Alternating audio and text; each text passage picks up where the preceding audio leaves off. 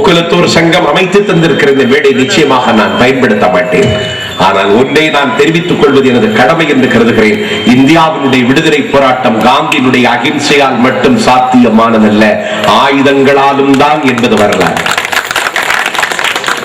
Indian national ஆர்மியை தொடங்கினார். கூடு விட்டு கூடு பாயக்கூடிய சித்தரை போல நாடு விட்டு நாடு தாண்டினார். ஜெர்மனியிலே தன்னுடைய படைப்பிரிவுக்கு அன்றைக்கு அடித்தளம் அமைத்தார். நாஞ்சில் நாட்டு செண்பகராமன் பிள்ளை அன்றைக்கு நேதாஜிக்கு துணை நின்றார். தேவர் பெருமகன் அதற்கு அன்றைக்கு ஊக்க சக்தியாக இருந்தார்.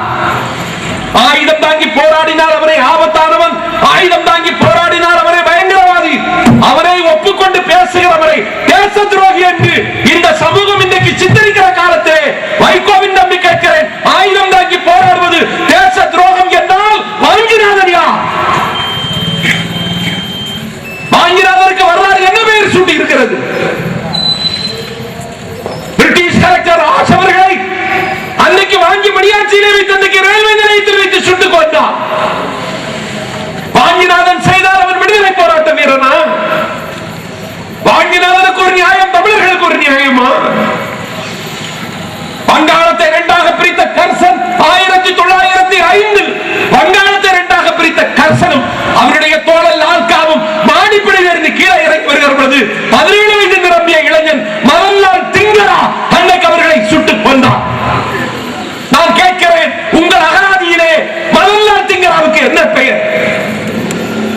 பூனாவிலே பிளேக் என்று பரவிய கொள்ளை நோய், அந்த கொள்ளை நோய்க்கு காரணம் எலிகள் என்று, எலிகளை கொன்றுவிடுங்கள் என்று பிரிட்டிஷ் ஹெல்த் இன்ஸ்பெக்டர் மிஸ்டர் ராண்ட் அன்றைக்கு உத்தரவு பிறப்பித்தது நேரத்தில் இது சனாதன தர்மத்தை சாகடிக்கத்தான் எலியை சாகடிக்க சொல்லுகிறான் என்று அன்றைக்கு மத உணர்வை தூண்டிவிட்டு என் மதிப்பிற்குரிய பெரியோர்களே 24 மணி நேரத்தில் பிரிட்டிஷ் ஹெல்த் இன்ஸ்பெக்டர் ராண்டை கொல்லுவிடுங்கள் என்று பாலகங்காதர திலகர் பூனே நகரத்தில் மேடை போட்டு பேசினார்.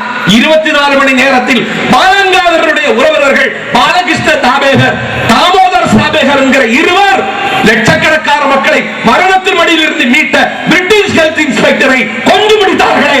நான் கேட்கிறேன், அவர்கள் யார்? உங்கள் அகராதி? அம்பாரி வைத்த யானை மீது உட்கார்ந்து கொண்டு டெல்லியிலே பட்டினப்பிரதேசம் என்ற இந்தியாவில் வைஸ்ராய் கொல்லப்பட்டார்.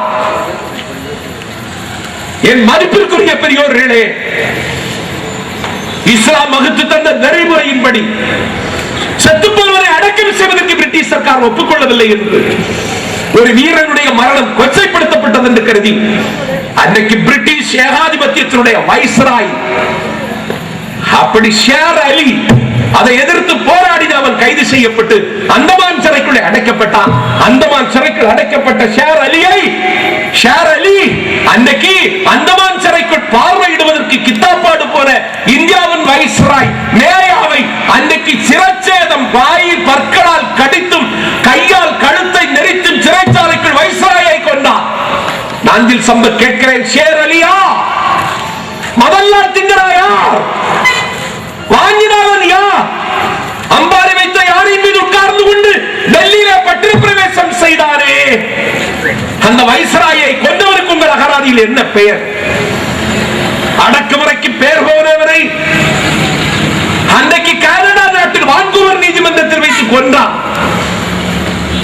பகத்சிங்குடைய சீடன் கோவா சிங்குக்கு உங்கள் அகராதியில் என்ன பெயர்?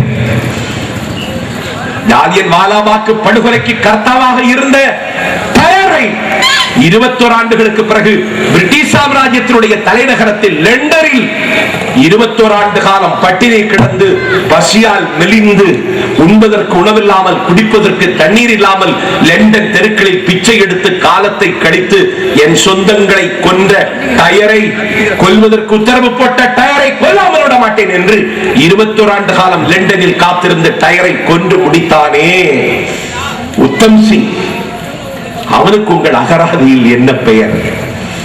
யாரை ஏமாற்றுகிறீர்கள்? பசும்பன் தேவர் தெய்வீக திருமகன் தேவர் அவர்களினுடைய பிறந்த நாள் விழாவில் சொல்லுகிறேன், பயங்கரவாதத்திற்கும் விடுதலைக்கும் அர்த்தம் தெரியாத பரதேசி பயிர்களெல்லாம் இந்த நாட்டின் வரலாற்றை இன்னைக்கு குழப்பிக் கொண்டிருக்கிற காலத்தை எங்களுக்கு அந்த வீரத்தை, எங்களுக்கு அந்த பராக்கிரமத்தை, எங்களுக்கு அந்த நெஞ்சுரத்தை எங்களுக்கு லட்சியத்தின் மீது ஒரு மாளாத காதலை இன்றைக்கும் தந்து கொண்டிருக்கிற தலைவர் தேவர் பெருமகன் என்கிற காரணத்தாலேதான் வரலாற்று நாயகன் வைகோ அவர்கள் 31 ஆண்டு காலமாக குருபூஜையில் வந்து கலந்து கொண்டார்கள். அன்றைக்கு நேதாஜி அவர்களினுடைய தலைமையை ஏற்று கடைசி கூட்டம் நேதாஜி வந்தார்.